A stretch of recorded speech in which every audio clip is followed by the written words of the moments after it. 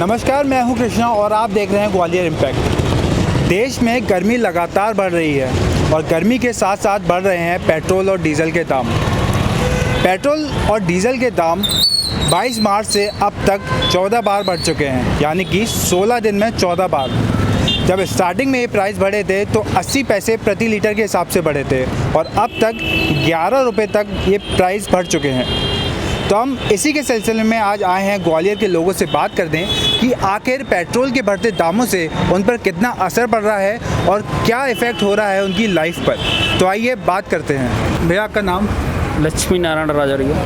तो ये देश में लगातार पेट्रोल के दाम बढ़ते जा रहे हैं। पिछले 16 दिन में 14 बार ये दाम बढ़े हैं, तो इसका कितना असर पड़ रहा है आम जनता पे और आप जैसे लोगों पर जो डेली में हम लोग पेट्रोल भरवाते हैं? आम जनता पर बहुत ही असर पड़ रहा है, क्योंकि उनको खाने पीने की व्यवस्था के कुछ प्रॉब्लम भी आ रही हैं, क्योंकि डेली ना पेट्रोल भरानी पड़ती है, तो गाड़ी चलाने में भी बहुत दिक्कत सारी आ रही है नहीं। और जेब का जो भी बजट रहता है खाने का पूरा महीने का, वो भी सारा खर्च हो रहा है पेट्रोल के हिसाब से। ज़्यादा ही महंगा हो गया है पेट्रोल अपना, बहुत ज़्यादा ही असर पड़ रहा है लाइफ में नहीं। लगभग अपना पेट्रोल का जैसे पर डे की अपन 100 रुपये की पहले चल जाता था, कम चल जाता था फील्ड का पूरा, अब 100 में ना के बराबर चल रहा है काम, क्योंकि पेट्रोल बहुत महंगी हो गई है पहले से।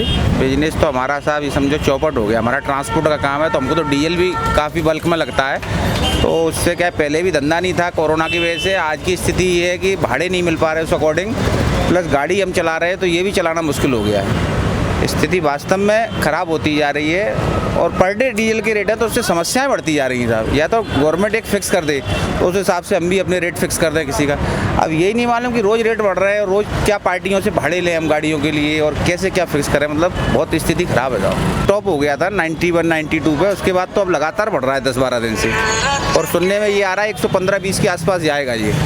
तो आज ये हालत ख़राब है, तो आगे क्या स्थिति होगी साहब, इसके बारे में बड़ा सोच के सारे खर्चे बढ़ते जा रहे हैं। बच्चों के ट्रांसपोर्ट के, स्कूल जाने आने के, सभी लोग बढ़ा रहे हैं पैसे, इनकम ख़त्म होती जा रही हैं, तो अब जीवन यापन करना बहुत मुश्किल हो गया है साहब इससे। आमतौर पे डीजल कार तो इस्तेमाल कर रहे हैं, वो तो ठीक है, लेकिन बिज़नेस पे बहुत इसका इफ़ेक्ट पड़ रहा है एक्चुअली, क्योंकि हम लोग बिजनेसमैन लोग हैं, तो जो हमारी बेसिक कॉस्ट है उस पर बहुत फ़र्क पड़ रहा है। जैसे मैं सिविल कॉन्ट्रैक्टर हूँ, तो मशीन्स वगैरह भी मेरे यहाँ चल रही हैं, जेसीबी ट्रक्स वगैरह, तो जो हमारी कॉस्ट है उसमें बहुत ज़्यादा डिफरेंस आ रहा है। और जैसे जो हमारे पीछे रेट्स हैं वो तो वही हैं, वो तो पुराने ही रेट्स हैं, बट एक्चुअली ये जो फ्लक्चुएशन हो रहा है वो तो हमें गवर्नमेंट दे नहीं रही, तो उस पर हमारी जो प्रॉफिट होती है उस पर भी बहुत फ़र्क आ रहा है। मतलब हमारा कम से कम 5-7% का हमको लॉस ही है सीधा, जो कि हमारा एक ईयरली देखें तो बहुत बड़ा लॉस हो जाता है। तो ठीक है, अब झेल रहे हैं चीज़ों को।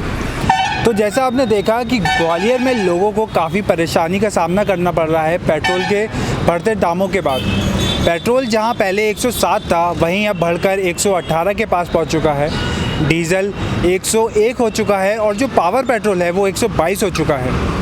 हमने काफ़ी लोगों से बात करी इस बारे में और सभी का यही कहना था कि बढ़ती महंगाई के कारण उनका जीवन यापन काफ़ी मुश्किल हो रहा है। इसी तरह के और इन्फॉर्मेटिव कंटेंट और पब्लिक सर्वे के लिए देखते रहिए ग्वालियर इम्पैक्ट। मैं हूं कृष्ण शर्मा, कैमरामैन गौतम के साथ।